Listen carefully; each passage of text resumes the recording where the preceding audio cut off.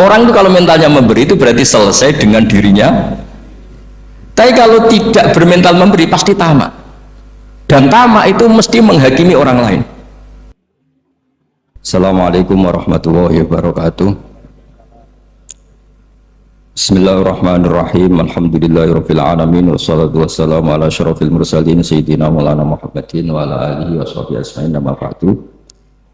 Ingkang sangat kita hormati guru kita bersama Kiai Haji Ulil Albab Arwani, wonten para habaib utamanipun Habib Zainal Abidin Al-Kaf, para umarok yang saya hormati, ada PLT Bupati Bapak Haji Hartopo, ada Bapak Kapolres dan Dim dan yang mewakilinya semua yang saya hormati. Meneruskan ngaji di Madinatul Ilmi di Habib Bidin, ini ngaji hiwalah, ini diligerkan. Harusnya ngajinya di Habib Bidin tapi diliger ke sekda. Saya mau saja supaya kelihatan rukun antara Habib dan Umarok. Karena kata Habib Bidin nggak apa-apa Gus gitu. Ya memang rukun gitu. Jadi ini nggak pencitraan ya, bukan pencitraan tapi memang rukun gitu. Seperti yang dikatakan Kiai Haji Ulil Albab tadi, atau yang biasa kita sapa Gus Bab, bahwa jihad itu dari kata jahada yujahidu mujahadatan. Kalau masdar mujarrodnya jahida dan baca jahada jahdu jahdan wa jihadan, itu maknanya serius menekuni sesuatu. Jadi tidak harus bentuknya perang.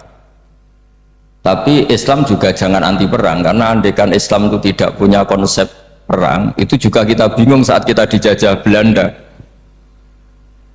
Jadi sesuatu itu pasti akan ada momennya, ada pembenarnya. Disebut kalau dalam fikih muqtadul hal.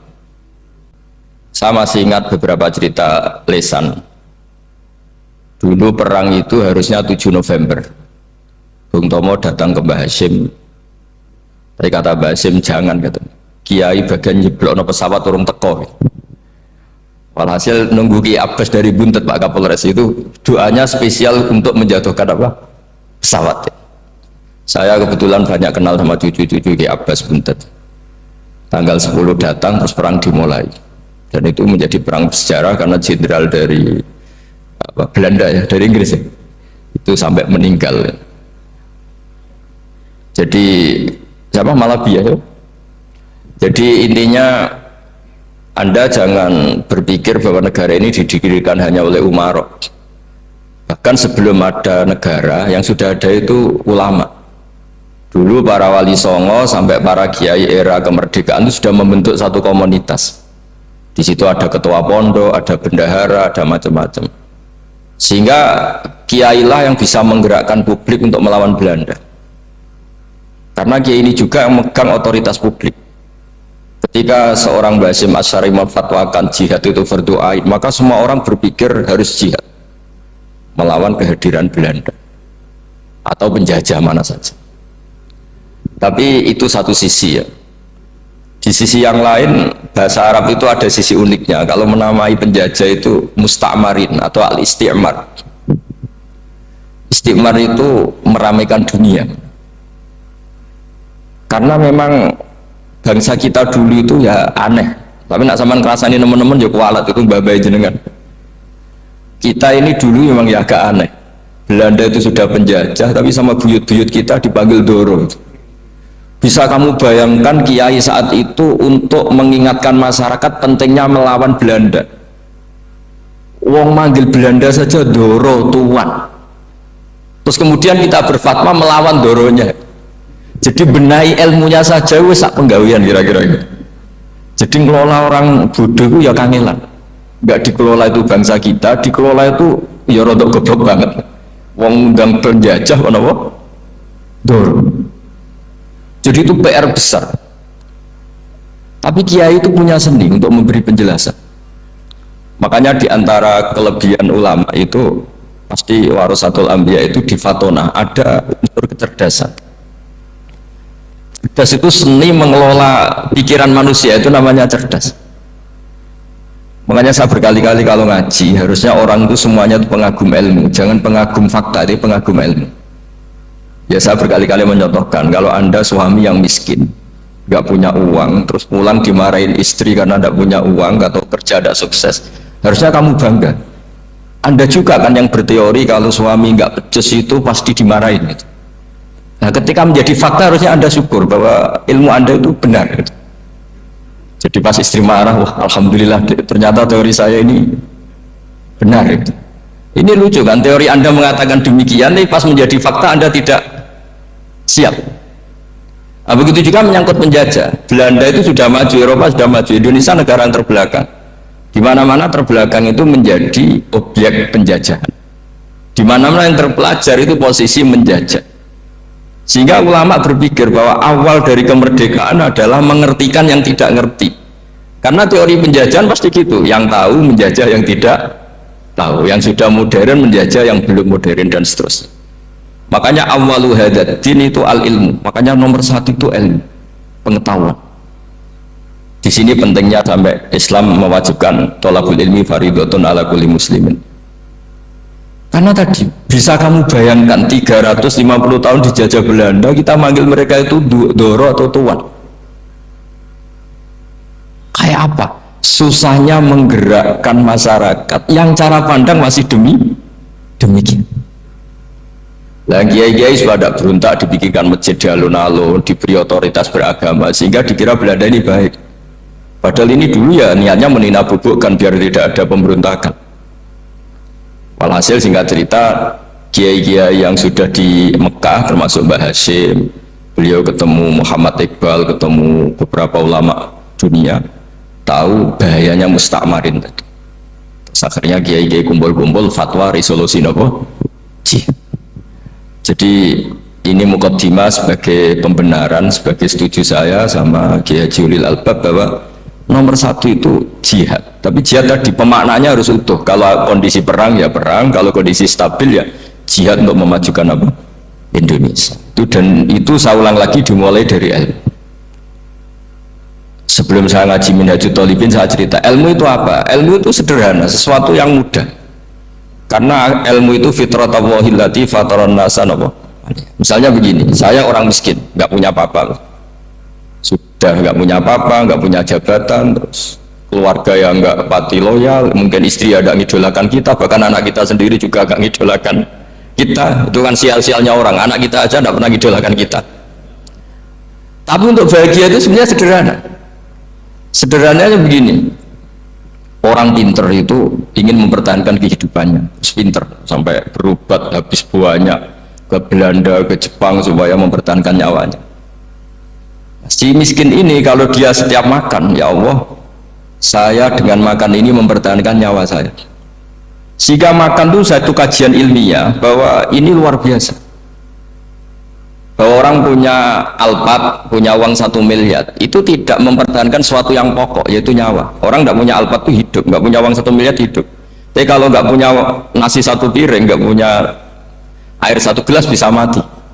Artinya orang miskin itu yusyarikul aghniya, sama dengan orang-orang kaya dalam hal kepemilikan hal-hal yang pokok.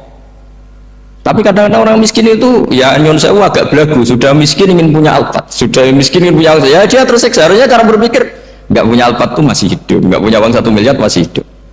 Yang punya Alphard hidupnya juga pakai nasi 1 piring, yang punya uang 1 miliar juga pakai nasi. Ya kalau itu kan sama, saya punya. Kalau gitu kan bisa miskin rasa kaya. Itu memang harus dilatih. Nah, kalau orang kaya kan rumahnya banyak di mana-mana. Memangnya kalau rumahnya banyak di mana-mana terus tidur di sini 1 jam, di rumah itu 1 jam, malah nggak bisa tidur kan? Tetap aja yang dipakai 1 kamar. Gunanya apa punya rumah banyak? Setidaknya zaman miskin itu dia berpikir gunanya apa punya rumah banyak yang dipakai hanya 1. Meskipun suatu saat kalau dia kaya juga berpikirnya agak rubah. Ya penting punya rumah banyak biar kemana-mana punya rumah, nggak apa-apa. Tapi sementara masih miskin jangan berpikir seperti itu. Lah yang menjadi miskin kacau kan sudah miskin berpikirnya gaya orang kaya, itu kecelakaan. Lah itu ilmu, maksud saya itu ilmu. Sehingga dulu Nabi ngajari orang miskin itu sederhana. Ketemu orang miskin sama Nabi diajarkan. Nabi diantara ajarannya begini. Ada seseorang man asbaha, orang yang setiap harinya mu'afan fi jasadi, dia sehat, aminan fi sirbi, negara dalam keadaan aman, tidak dalam ancaman. Indahu qutu yaumi, dia hari itu punya makan. Faka'an nama khizat lahu dunya bihadzafiriha, berarti dia sudah punya dunia dan seisinya. Karena polanya sama. Buat Presiden Amerika itu yang untuk mempertahankan nyawanya ya makan pokok dan minuman pokok, bukan jabatannya sebagai presiden atau punya uang triliunan. Orang paling kaya di Indonesia juga gitu, untuk mempertahankan hidupnya juga dengan makanan pokok, dan itu orang miskin punya. Nah, kehidupan paling top itu apa? Ya kehidupan yang mempertahankan nyawa, itu yang paling top, lainnya itu enggak. Karena mempertahankan nyawa ini super penting, dan orang miskin bisa. Nah, saya berharap ilmu seperti inilah menjadikan dulu itu kuat ketika melawan Belanda. Kenapa kuat? Karena mereka gampang syukur. Barokahnya gampang syukur itu selesai dengan dirinya sendiri. Kalau bahasa intelektualnya itu, orang kalau sudah selesai dengan dirinya sendiri bisa berpikir memanfaati pada orang lain. Dulu orang-orang miskin ketika era sahabat, termasuk era para ulama yang mendidik para umatnya, itu selesai dengan dirinya sendiri. Nah sekarang banyak orang miskin juga termasuk orang kaya, bahkan belum selesai dengan dirinya. Wah itu angel, ngajak jihad angel, karena dengan dirinya saja belum selesai. Maka masyhur itu kan ketika perang Tabuk, ada orang datang, kira-kira kalau Indonesia pakai beras 4 kilo, ya Rasulullah yang 2 kilo tak kasihkan warga kami supaya bisa makan, yang 2 kilo tak kasihkan jenengan untuk biaya perang. Perang Tabuk itu perang tersulit, disebut perang Dhatil Usra. Sekarang hitung saja, ini coba dihitung, mungkin yang bagian kasir tahu. Kalau 2 kilo kali 3.000, umat Islam masih itu sekitar hampir 3.000. 3.000 itu sudah 6.000 kilo. 6.000 kilo itu artinya apa? Orang miskin ketika perang membiayai dirinya sendiri, itu satu. Kedua, dengan mental memberi, orang ini tidak tamak. Barokahnya tidak tamak, tidak nyalahkan yang kaya. Efek dari itu apa ketika perang Tabuk? Sumbangan dari Sayyidina Utsman yang jumlahnya besar sekali, yaitu diantara 1.000 dinar. 1 dinar kira-kira 4,25 gram, berarti sekitar 4.000 gram. Itu bisa diberikan alat perang. Sumbangan dari Abu Bakar juga bisa dipakai beli kuda untuk perang. Nah bayangkan kalau kebutuhan orang miskin ini untuk makan itu nggak mau urun. Wah saya miskin, nggak perlu urun, saya miskin dipakai alasan terus. Maka jumlah 3.000 ini akan mengurangi anggaran untuk belanja peralatan perang, karena untuk konsumsi orang miskin. Jadi itu kadang mangane tanduk itu kan repot. Wes miskin mangane tanduk, nak antri mo kan ribet. Artinya apa? Perang ini tidak fokus karena ngurusi konsumsi untuk orang-orang miskin. Nah, dulu zaman Nabi orang miskin pun semuanya heroik. Mereka dibantu gak mau, inginnya bantu. Sampai dicibir sama orang munafik. Apa gunanya sodako 2 kilo? Wong perang ini perang besar antar negara. Pas itu mau perang melawan Romawi. Sampai orang munafik bilang, alladzina almizuna almuqtawiina minal mu'minina fis sadaqati walladzina la yajiduna illa juhdahum faskharuna minhum. Orang-orang munafik digambarkan Allah orang-orang yang mencibir sodako kecil. Wong untuk perang besar kok sodakonya hanya 2 kilo. Tapi yang mahal bukan 2 kilonya. Kalau ada 1 juta orang miskin menyumbang negara 20.000, itu artinya apa? Kita punya rakyat yang inginnya hubungannya dengan negara memberi. Tapi coba kalau kita 2 juta rakyat yang inginnya dari negara mendapat, pegawainya demo ya. Nah ini ajarannya Nabi yang luar biasa. Dulu Nabi itu bisa mendidik orang miskin pun bermental memberi. Nah barokahnya bermental mandiri ini, mereka selesai dengan dirinya sendiri. Coba kalau mereka tidak bawa makanan sendiri ketika perang, mungkin kuda yang untuk perang, terus mereka berpikir, bu ini saja disembelih supaya kita bisa makan. Ribet kan? Ngapain beli senjata yang mutakhir, makan saja nggak bisa. Tapi barokahnya mereka urun sendiri, mereka selesai dengan dirinya sendiri. Ini hebatnya didikan Rasulullah Shallallahu Alaihi Wasallam. Dulu Mbah Hashim dan kawan-kawan itu berhasil mendidik seperti itu. Santri yang miskin-miskin itu kalau ngaturi kiai duweni telo itu kayak no telo, duweni wi itu kayak no wi. Jika kiai sing wis mapan-mapan, misalnya kasus kula wonten kan mun setengah mapan, ya akhirnya yo iso mangan wi. Jebule wi ku yo enak ya. Santri yo seneng mergo kiai ini seneng pancen wis suwi mangan pizza misalnya. Ya tapi nek sing melarat terus aku melarat kiai tak kei wi mosok doyan. Wes melarat medit di alasan kan ribet kan. Ini yang perlu dihilangkan. Medit kok berargumentasi. Tapi yang mahal itu bukan winya, mental memberi. Orang itu kalau mentalnya memberi itu berarti selesai dengan dirinya. Tapi kalau tidak bermental memberi pasti tamak. Dan tamak itu mesti menghakimi orang lain. Maka dalam kitab hikam diterangkan penyakit terberat itu tamak. Kenapa? Karena orang pikir itu tidak ada kata-kata kitab hikam, bukan kata saya. Yang ada itu tamak. Misalnya gini, saya kenal PLT Bupati Kudus. Tidak pernah saya bilang beliau kikir. Tapi sekali saya pernah mengajukan proposal tidak kesampaian. Wos, beliau medit. Jadi saya menvonis medit itu sebetulnya ya karena punya keinginan tidak kesampaian. Coba kalau tidak, medit orang serap penting. Misalnya anak-anak muda sama orang-orang cantik di Jakarta, pernah nggak kamu bilang itu sombong? Enggak kan? Setelah kamu bilang, Mbak aku ingin kenalan mbak sampeyan, terus dia agak mau, baru kamu bilang sombong karena keinginan kamu enggak. Bayangkan kalau orang bermental tomak, kayak apa bangsa ini? Nah, sahabat itu dididik oleh Nabi, tomak itu selesai karena keinginan mereka memberi. Sehingga Indonesia bisa merdeka begini itu barokahnya didikan ulama, semuanya ingin memberi. Dulu belum ada negara, tentara-tentara kemerdekaan kalau di kampung-kampung itu ya dibiayai donatur-donatur, termasuk bahasa saya, buyut saya tuh. Itu berapa ton aja beras untuk pasukan Hizbullah, pasukan TNI. Di Aceh ada Daud berih, ada yang baca berweh. Jadi baca aja kayak kira asap ada yang berih, ada berweh, saya juga nggak tahu. Orang Aceh kalau baca berih, nyumbang berapa emas untuk kemerdekaan Indonesia. Yang Kesultanan Jogja Legowo, Jogja tidak lagi negara tapi diberikan bagian dari Indonesia dan seterusnya. Nah, jadi semua ini barokahnya didikan Rasulullah SAW yang diteruskan para ulamanya bahwa nomor satu didik masyarakat itu bermental memberi. Dengan bermental memberi apapun kecilnya ini selesai dengan dirinya sendiri. Kalau sampean nggak punya mental memberi, nanti pulang dari Pemda, oh sok acara di kabupaten berkata ini tok ribet gitu. Awas itu, bar ngaji langsung lali berarti sampean. Sudah kalau nggak urun ini sudah luar biasa, nggak urun untuk berkat itu sudah luar biasa.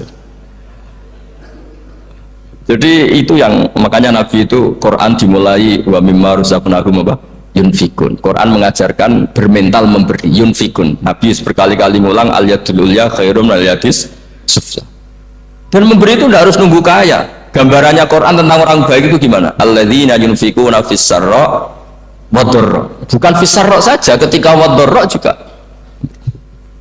Saya pernah guyon sama orang kaya di Jakarta, dia uangnya miliaran, mungkin malah triliun. Guyon sama saya, Gus saya ini sudah sekian bangun masjid di mana-mana. Saya ini berarti hebat. Enggak, kata saya. Enggak ada masjid, agama tetap jalan kata. Karena di kampung-kampung sudah banyak masjid kata. Masih keren tukang becak kata. Kok bisa Gus? Sampai nyumbang masjid 1 miliar, itu masjid apa kata? Ya masjid-masjid besar. Nah itu paling dipakai kubah atau menara atau apalah yang tidak mendesak.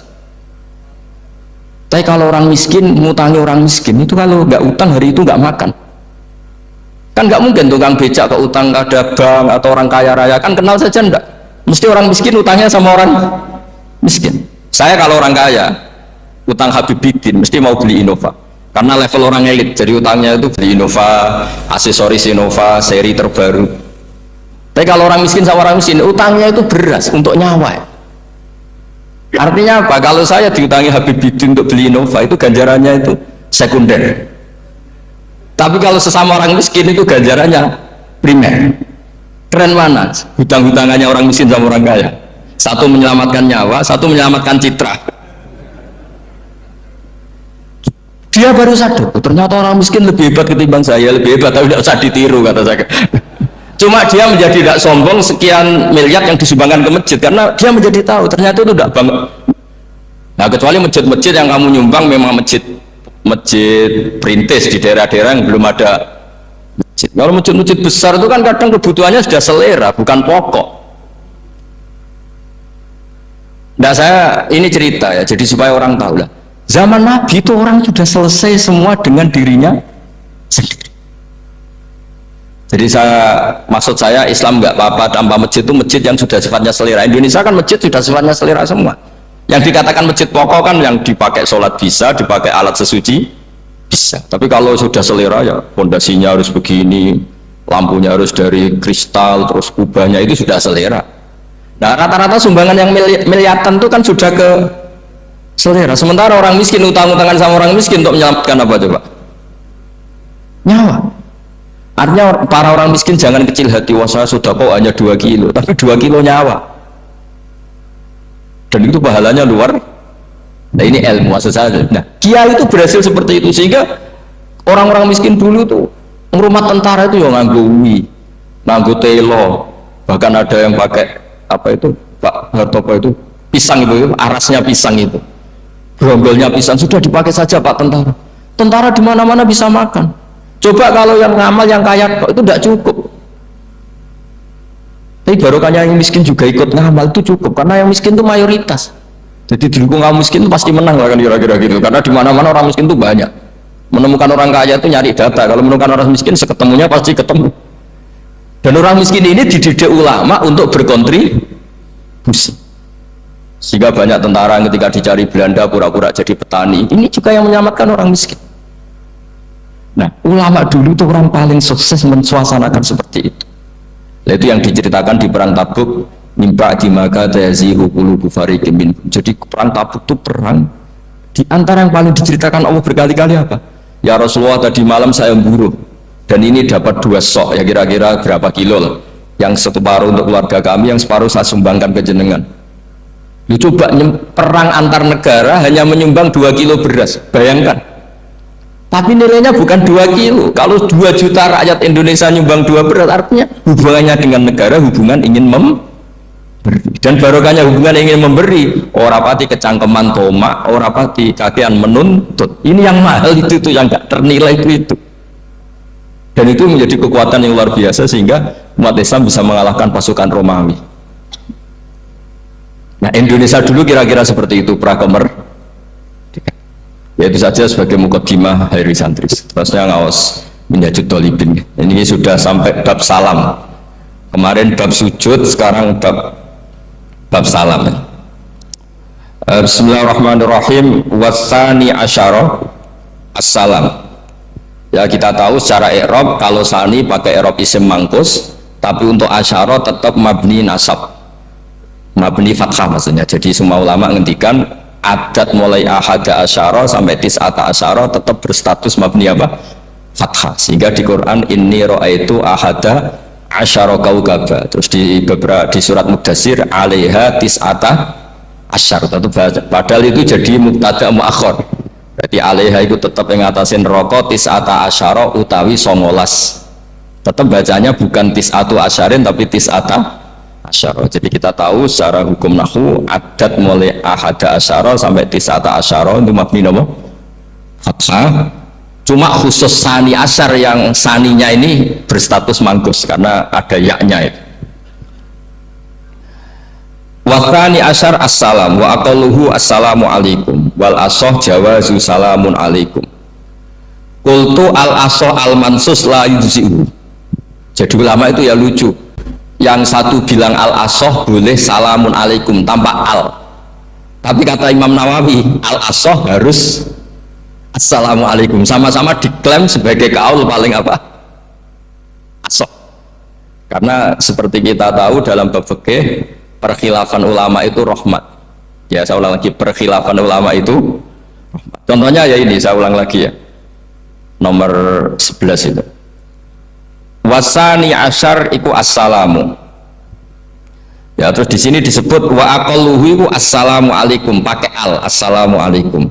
Wal asohu te kaul sing asoh iku jawazu salamun alaikum, olahe nglafatno mu salamun alaikum. Terus kultu dewi Imam Nawawi al asoh al mansus la yujzi'u wallahu a'lam. Jadi menurut Imam Rafi'i boleh salamun alaikum tidak pakai apa? Al. Itu juga diklaim sebagai al-asoh. Tapi menurut Imam Nawawi yang al-asoh harus assalamu alaikum, tidak boleh salamun alaikum. Terus wallahu a'lam wa annahu la tajibu niyatul khuruji. Jadi ketika Anda salam tidak harus niat keluar dari apa? Sholat. Dengan kamu salam berarti otomatis keluar dari apa? Sholat. Nah ini menjadi problem menurut pemikiran banyak ulama, karena ketika masuk sholat harus niat masuk sholat. Karena ketika kita takbir kan bisa takbir demo, ya kan macam-macam kan. Makanya untuk membedakan itu kan niat. Memang ini kata ulama, bukan kata saya. Sekedar melafadzkan takbir ini kan demo ya takbir. Kamu kagum sesuatu juga takbir. Orang Indonesia itu kadang orang nggak sholat pun bilang subhanallah, memang sudah jadi bahasa nasional. Kalau kaget tuh bilang, saya punya kenalan Cina itu kalau punya uang ya mau alhamdulillah. Tak tanya kok bilang alhamdulillah. Orang-orang Islam tuh kalau seneng bilang alhamdulillah. Yang ribet itu kubu sebelah. Kalau orang NU mau layasol itu mana tanya, Gus itu doa orang makan gitu. Kok bisa? Biasanya orang NU kalau makan aja keluar mau layasol ya ribet. Aduh repot itu. Jadi kadang-kadang wiridan itu sudah jadi bahasa nasional. Jadi Cina orang nggak sholat tuh kalau punya uang ya bilang alhamdulillah. Kadang orang yang nggak sholat tuh tanya, datang ke saya insya Allah. Ya ribet. Makanya ulama itu berdebat lafaz-lafaz seperti ini itu apakah wiridan apa adat. Nah, untuk membedakan adat dan yang lain maka dibutuhkan niat. Makanya Allahu Akbar harus niat untuk masuk sholat.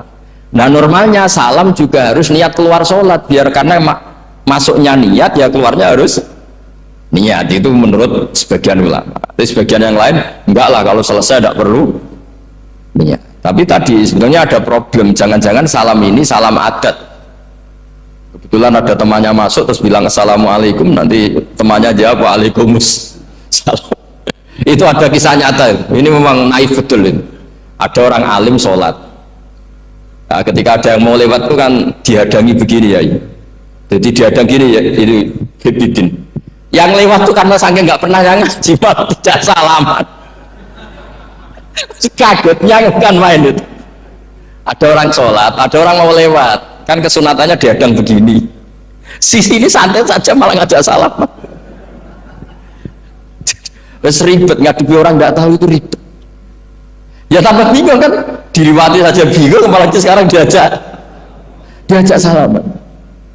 Kan memang nggak sambung, kulturnya itu nggak sambung. Nah, itu kalau dia memang assalamualaikum terus pikir kamu waalaikumsalam. Ya ribet, memang ngadepi orang tidak tahu itu ya ribet. Makanya ya agama ini, ngelola agama ini mau. Nah barokahnya ngaji fikih itu beginilah, saya sering cerita. Misalnya kita hafal fikih, takbir itu wajib, rukun. Tapi bentuk ngangkat tangan itu sunnah. Itu barokahnya Masya Allah. Andai kan kita menentukan kaifiahnya, mungkin kita sok suci. Itu pernah ada peneliti cerita ke saya, Gus saya ini orang NU itu pusing. Kenapa? Takbirnya beda-beda. Itu takbir berkali-kali itu madzhab apa? Jadi orang was-was cobalah bertobatlah, itu jangan sampai jadi madzhab baru. Kalau yang was-was orang bodoh gak masalah, coba kalau dia orang alim alama, nanti muridnya juga niru. Oh ternyata takbir yang saya itu 3 kali itu. Oh ternyata takbir yang saya itu 7 kali. Itu kalau dia jadi imam. Kalau dia jadi makmum nyampai ini pinggirnya sampai pinggirnya takut bulan baleni. Ada yang kayak orang nggak punya uang, Allahu Akbar tangannya diangkat separuh saja enggak. Itu kan, tapi itu enggak ngefek di Indonesia karena dari awal kiai-kiainya ngajarin ngangkat tangan itu nah caranya juga agak ditentukan, terserah kamu. Begitu juga posisikan tangan itu juga sunat. Sehingga kalau sampai ke Turki atau kemana-mana itu ada yang kayak orang baris, ya kan, habis takbir ya sudah. Ada yang sendakapnya beda-beda. Ada yang nutupi iga yang hilang katanya, sampai begini. Ada yang santai begini. Oh pokoknya nggak jelas. Sehingga itu kalau di militer ini ada Pak Dandim itu juga bingung ini nggak protap ini kan. Tapi kalau di fikih itu memang kalau sekali nggak diwajibkan terserah masing-masing. Ada yang kayak orang baris, ada yang sendakap begini katanya apa nutupi iganya yang hilang. Wadah yang sambil rasa-rasa macam-macam. Tapi barokahnya ilmu fikih itu diputuskan memang dari awal tidak wajib. Yang wajib itu takbirnya. Maka duduk juga begitu, meskipun kita sepakat duduk tahiyat ula namanya iftiros, duduk tahiyat akhir namanya tawarruk, itu harus kita vonis, kita hukumi sunnah. Cara seperti itu sunnah. Wa ayyu qu'udin qa'ada sohat sholatu, seperti kemarin di Minhajul Thalibin, dengan duduk gaya apa saja sholatnya tetap. Sehingga kalau kita di Arab misalnya pas haji, orang Arab itu memang ya agak kacau. Orang Indonesia itu kalau sholat duduk itu kan memang benar-benar sakit sudah agak mau mati, itu benar-benar sholat baru duduk. Orang Arab itu enggak, sholat duduk pakai kursi, soft itu enggak ada orangnya, ada kosong, itu jalan kaki, kursinya di bawah. Membawa kursi kuat kok sholat duduk. Kalau orang Jawa kan, saya juga iskal, orangnya kalau bawa kursi kuat dipindah-pindah tapi kok sholat. Kalau orang Jawa gak kebayang, kalau sholat duduk emang bener-bener sakit. Saya pernah ditanya lagi sama orang, Gus, di Mekah itu kok banyak orang bawa HP, terus kalau ditelepon diangkat soli, itu mazhab apa? Mazhab geblek atas. Tapi ini kan orang Arab, kan seakan-akan terus mewakili internasional kan, karena pusat banyak tuh. Ditelepon digoleki teleponnya, saya wakai golek ini tok wis kangelan ya. Warang ketemu soli pateni. Nah, kita kan diajarin di kiai Indonesia kalau itu membatalkan apa? Jadi ribet. Nah, barokahnya kitab-kitab seperti ini, meskipun kita di Indonesia itu mengikuti panduan yang diarahkan atau yang dibakukan oleh ulama-ulama. Nah, Indonesia itu makanya berkah. Saya sering ketemu ulama Mekah itu kalau muji haji Indonesia luar biasa. Bukan sekedar sopannya, memang cara hajinya itu nyari kaul yang disepakati itu sah. Karena memang dilatih KBIH, dilatih Kemenak, masih dilatih kiai setempat. Meskipun niatnya ya kadang tidak baik. Saya pernah tak tanya, kenapa kamu latihan haji sebegitu? Kalau sholat kok enggak? Sholat gak sah, gak apa-apa, Gus gak bayar, ini kaji. Dia itu sholat bedino atau kursus bekulol. Bareng apa kaji oleh takok terang, tak takoi. Sholat kira tahu takok, nak kaji kok takok. Nak sholat rasa gak iman, Gus gak bayar, ini kaji. Wah, sebenarnya kurang ajar kata saya. Jadi ternyata sekarang terkuak. Kenapa orang-orang awam itu kalau kaji kok semangat belajar? Semangatnya sama dengan sholat apa di bawah haji jauh sholat itu? Berpuluh-puluh tahun sholat itu dengan gaya yang nggak ada perkembangan. Tapi haji pisan langsung keren. Ternyata karena bayar ya. Apa perlu ditiru? Sholat harus bayar supaya ya itu alasannya itu. Haji rasa berat Gus, bayar. Nak sholat rasa nggak bayar wae maksudnya. Padahal kalau kita ngikuti as-sholat imaduddin, sholat dengan haji itu afdal mana? Afdal sholat, harusnya lebih serius belajar sholat ketimbang belajar haji. Tapi setahu saya nggak ada kan KBIS ya, kelompok bimbingan ibadah sholat. Jadi ini kritikan saya, semoga didengar ya, cobalah. Padahal Rian Raden Asnawi di Karang pesolatan, supaya orang itu sholatnya benar ya, sholatnya benar ya.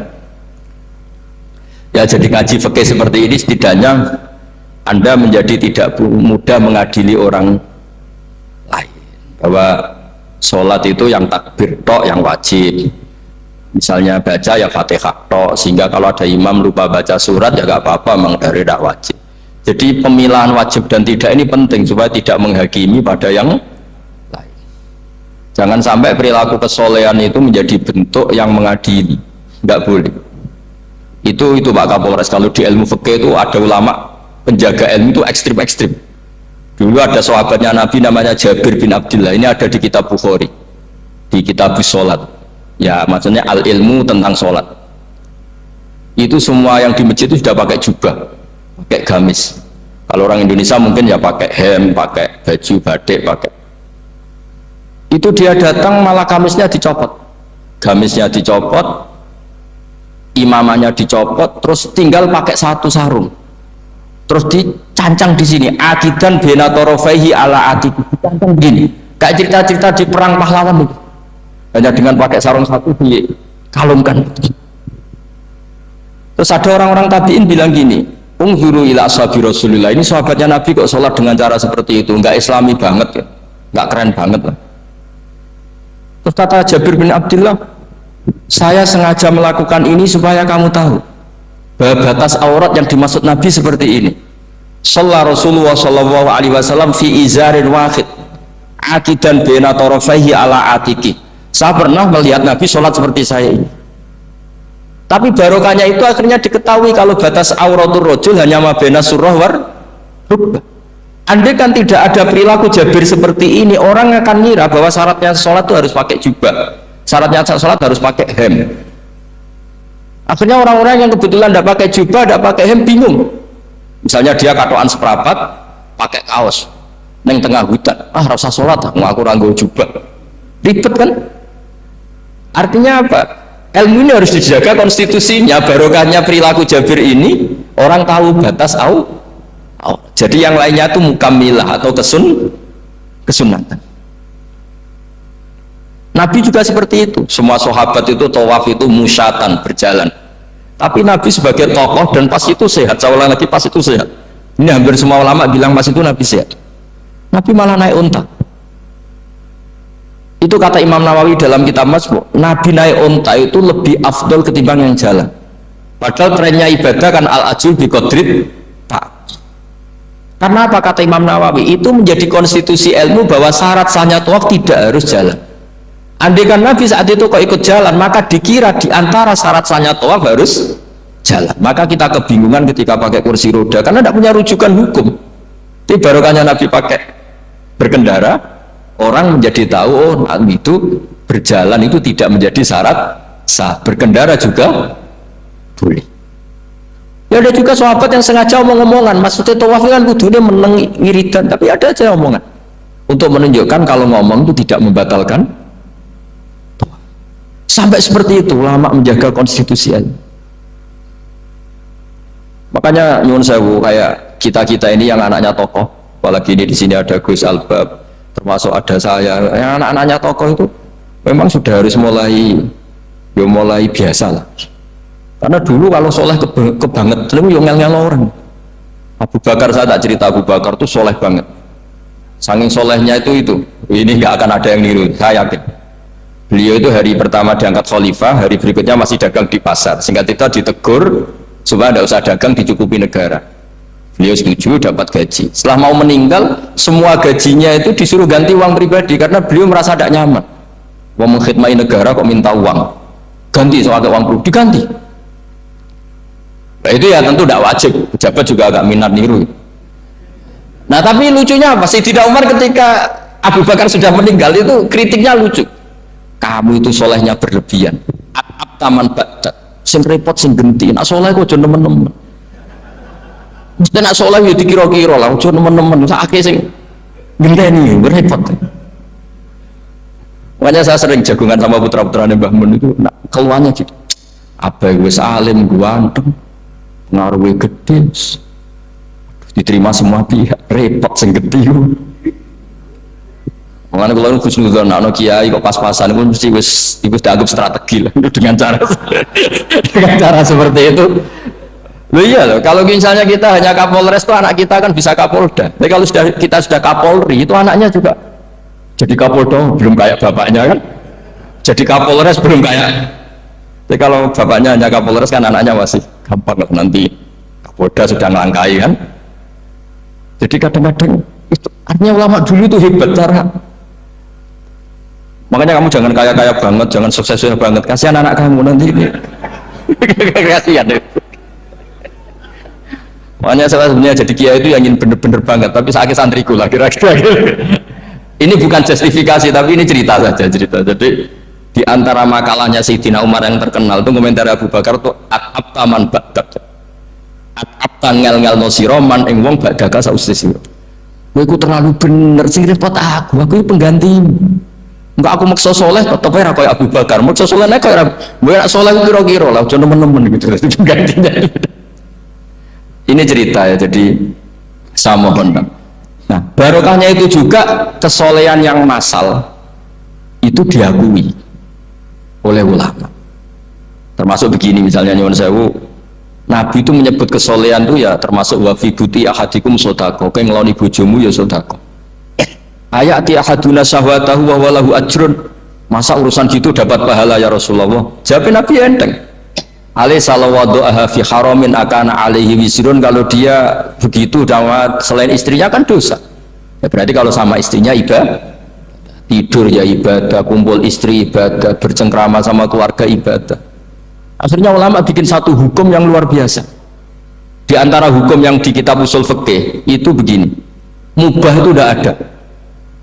Ithmamin mubahin illa wa yatahaqqaqu bihi tarku haramimma fa'al zamu minas sukun tarkul qatli wa minas sukut tarkul qadhaf wal ghibah.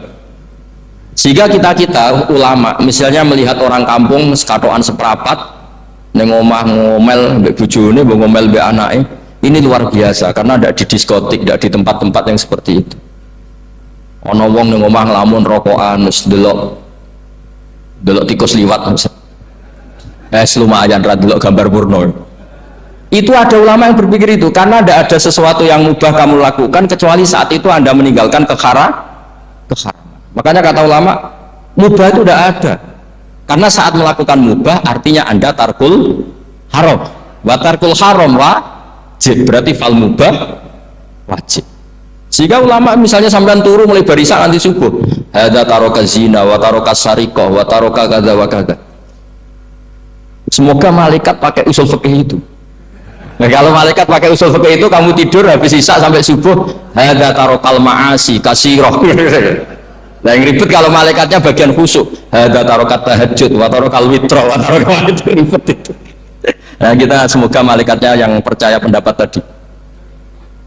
Jadi ada dua pandangan, ada ulama mengatakan mubah itu tidak ada karena tidak ada orang yang sedang melakukan mubah kecuali saat itu pasti meninggalkan keharaman.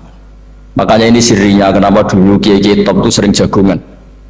Orang tahu semua lah, Mbah Zubair sering jagungan, dulu Mbah Tur yang sering jagungan di depan Masjid Menoro.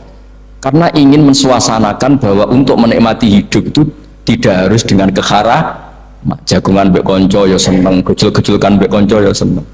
Ini anggap saja perlawanan terhadap supaya tidak nikmati maksiat.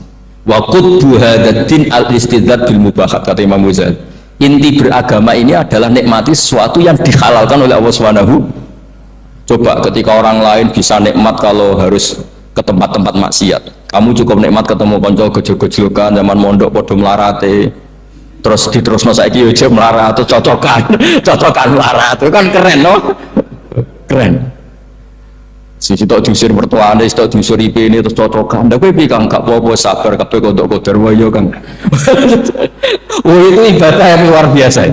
Mergo ridho sama kodok. Padahal dia tidak perlu cari nyuwun sewu hiburan yang maksiat.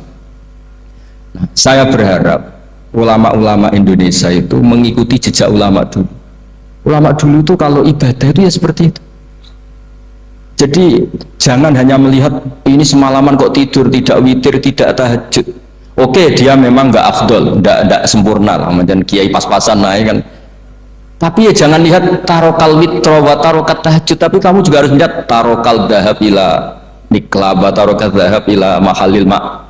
Siap boyo, sekali-kali muji orang susahnya apa sih? Seudon itu dikurangi, sekali-kali muji orang ya. Jadi kalau ada orang tidur hada tarokal maasi, alhamdulillah, meskipun ya rada damu sih tarokal maasi wa tarokat toat, ya sudah lah nggak apa-apa lah. Tapi nah di sini terus kualitas. Nah dengan cara itu Anda bisa membaca Quran secara fasih. Wa min ayatihi manamukum billaili wan nahar. Kenapa sekedar tidur kok dianggap wa min ayati? Di mana-mana ayat itu kan hal-hal yang luar. Ini tentang tidur aja kok dianggap ayat. Itu bisa dimaknai keren kalau Anda pakai kaidah usul fikih, yaitu dengan tidur berarti Anda meninggalkan sekian maksiat. Sehingga disebut wa min ayatihi manamukum billaili wan nahar. Nah, saya berharap konstitusi seperti ini jalan terus. Ya saya baca ya sampai salam selesai. Wa akmaluhu assalamualaikum warahmatullahi marroten yaminan wa shimalan multafitan fil ula hatta yura khadduhul aiman. Tapi itu hanya akmal ya, jadi ukuran paling sempurna kalau salam itu melengak ke kanan sampai dengan pengandaian ini bisa dilihat dari belakang. Tapi tetap saja itu ukuran apa? Akmal, tidak menjadi syarat sah. Jadi ya sampai melengak gini sampai kira-kira terlihat dari apa? belakang, tapi ukuran itu tetap akmal hatta yura khudduhul aiman wa fisaniyah satruse alisar terus nawian assalam alaman an yamini wa yasari minal malaikati. Dia meniatkan salam itu kepada orang-orang di sisi kanannya mulai malaikat dan manusia dan jin. Wayan wil imamu assalama alal muqtadin wahum arrodda alaih wahum yanwauna napa arrodda alaih. Jadi wahum yanwuna arrodda alaih. Jadi imam niat salam untuk makmum, makmum niat membalas salamnya apa? Imam. Tapi itu saya ulang lagi hanya akmal. Terus asal isya asar tartibul akan kama dzakarna. Jadi pentingnya, jadi jangan kira terus ngaji kalau wasunanuhu wa akmaluhu tidak penting, itu penting sekali. Barokahnya status akmal dan sunnah ini kita tidak mudah menvonis orang lain karena kita tahu ibadah itu hanya berstatus sunnah. Coba kalau nggak ada ketentuan itu, kita akan mudah menyalahkan orang. Salam kok orang melengak belas itu sholatnya sah atau orang? Padahal dari awal melengak itu statusnya hanya sunnah.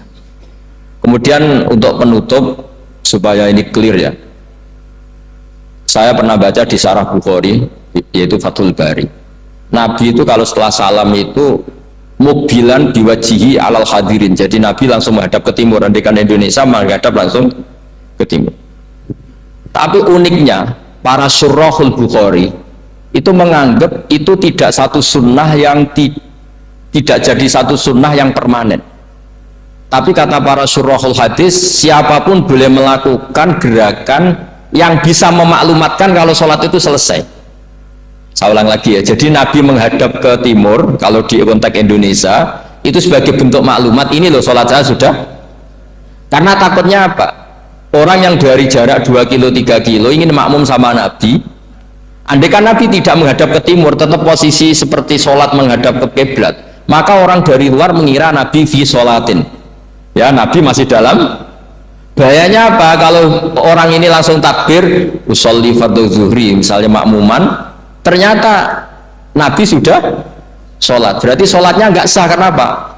Irtibatus sholat atau robtus sholat biman huwa laisa fi sholatin, dia menggantungkan sholat dengan orang yang sudah tidak, dan itu bahaya sekali. Masa kamu sholat makmum sama orang yang sudah tidak? Nah, semenjak itu terus ada aturannya ulama, siapapun yang jadi imam harus memaklumatkan diri dengan cara apa saja supaya menunjukkan kalau sholat itu selesai. Makanya adat kiai-kiai kita tetap menghadap kiblat tapi namanya astagfirullahaladzim, itu sebetulnya memaklumatkan. Yo nak niat banter nyentak pangeran masuk istighfar bianre gak sopan blas astagfirullahaladzim, itu sebetulnya itu memang maklumatkan ini loh jong sholat itu sebar. Nah, aku apa makmum masbuk sing ijek sholat atau cuma makmum aku gitu. Ada yang separuh-separuh ya, tidak madhep wetan, madhep kulon, madhep ngalor.